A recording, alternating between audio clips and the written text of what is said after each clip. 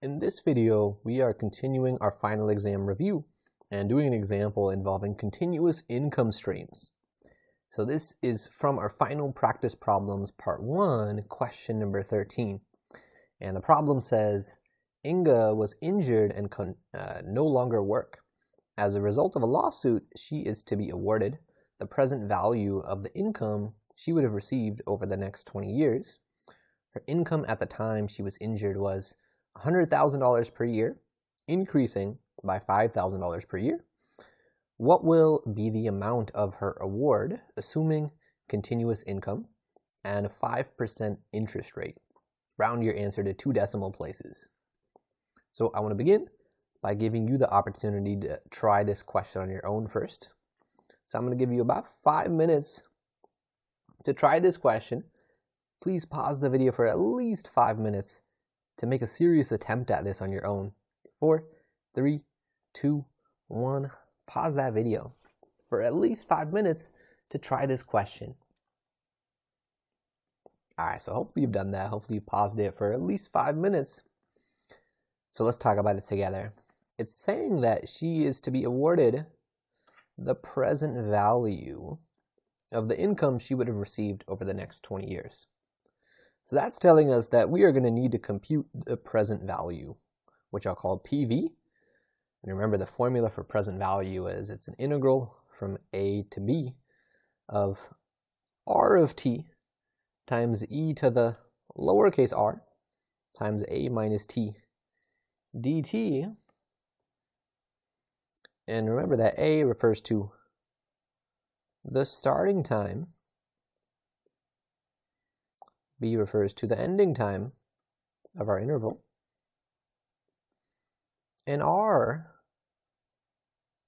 refers to the interest rate. The interest rate of the account. So plugging into this, the starting time is 0. The ending time is 20 years from now.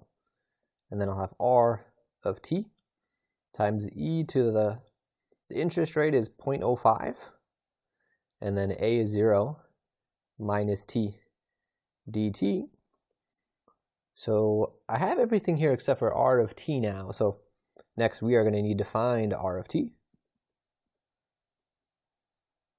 And recall that r of t represents the rate of the income stream.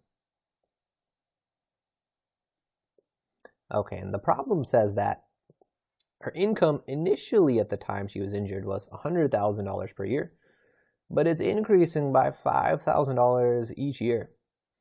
And it also says this is happening continuously. Okay, so it can help me get a feel for this if I make a table of values. If I didn't see what type of function I need to use, making a table of values could be helpful.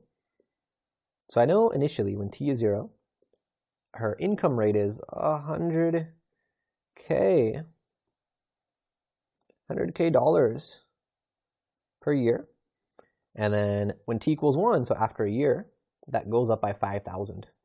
So that would be $105K dollars per year. And then if I go another year, when t is 2, this would be $110K dollars per year. It would go up by another 5,000. So each time it's increasing by the same amount, which means this is described by a linear function. Okay, and the equation of this would be r of t equals, start off with 100. That's sort of the initial amount, or I can also think of that as the y-intercept. And then I get plus 5t, and 5 is denoting the slope here. And the units are in K dollars per year. And actually, I'm just going to scoot all my work over to the left a little bit to give myself more room. Alright, so now I'm good to plug into my present value formula. So we get PV equals integral from 0 to 20. R of t is 100 plus 5t times e to the negative 0.05 t dt. And for this integral, we can do this by parts. So we use integration by parts. So I'll need to pick what u is and pick what dv is. And for u, I'm going to let it be 100 plus 5t, because that has a simpler derivative than itself. And then for dv, it'll be the other stuff, e to the negative 0.05 t dt. Then du would be 5 dt.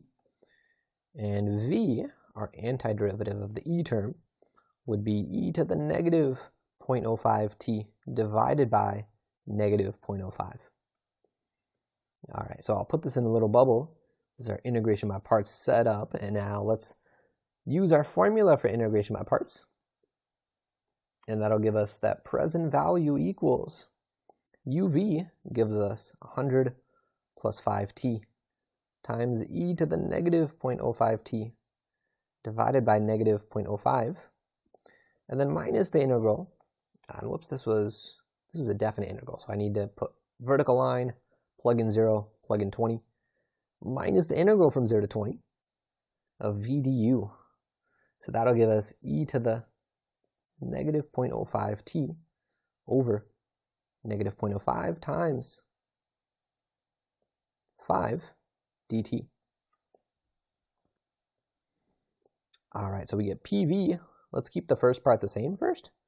100 plus 5t times e to the negative 0.05t divided by negative 0.05. Got to plug in 0, got to plug in 20. And then let's pull out the constants. So a double negative becomes a positive, and I pull out 5 and pull out the 0.05 on the denominator. And that'll leave me with the integral of the e term. So it'll leave me with the integral of that. But I can do that antiderivative. That's just e to the negative 0.05 t divided by negative 0.05. And then, of course, I got to plug in 0 and plug in the 20. Okay, so I'm going to continue this work at the top of the page. All right, so I noticed that both of these terms have this e portion and this negative 0.05 in common. So we can factor that out. Factor e to the negative 0.05t over negative 0.05. It'll make the algebra easier. So we'll get that stuff factored out. E to the negative 0.05t over negative 0.05. And that leaves me with, from the first fraction, 100 plus 5t. And then plus, from the second fraction, 5 over 0.05. And then overall, because I'm plugging in the 20 and the 0 into both of these fractions, I can just write one vertical bar at the end and say, okay, I need to plug in 0 and 20 into this whole thing. So 5 divided by 0.05, that simplifies to 100. So that means this whole thing in parentheses becomes 200 plus 5t. And then similarly, this fraction in front becomes negative 20 e to the, and then the negative 0.05 in the exponent, I can write as a negative 1 over 20 as a fraction t.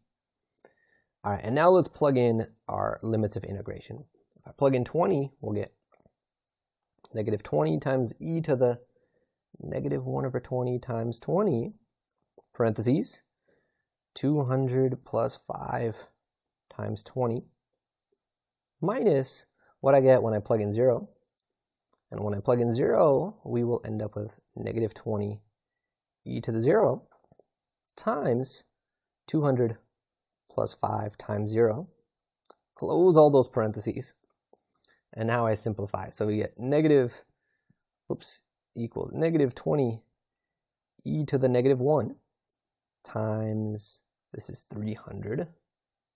And then double negative becomes a positive. And I get 20 e to the 0 to the 1, and then times 200.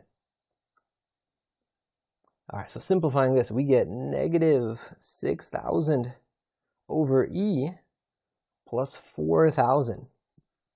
And that's our answer. The units of money in this question, I wrote thousands of dollars, so K dollars. if I needed to write this out in decimal form, and I think it asked me to. I think it asked me to round to 2 decimal places. And I'm actually going to go ahead and convert this to dollars just because I think it's a little bit easier to read. So first, I'm just going to put this in decimal form. This is about 1792.72355. And this is in thousands of dollars. I'm writing a bunch of extra decimal places so that when I convert, I have enough. So now, when I write this in terms of dollars, I got to multiply this by 1,000. And that's going to move the decimal 3 spots to the right. So I'll get 1792.723.55. So I'll put a comma there, so it's about, it's over $1.7 million. All right, and that is our answer right there.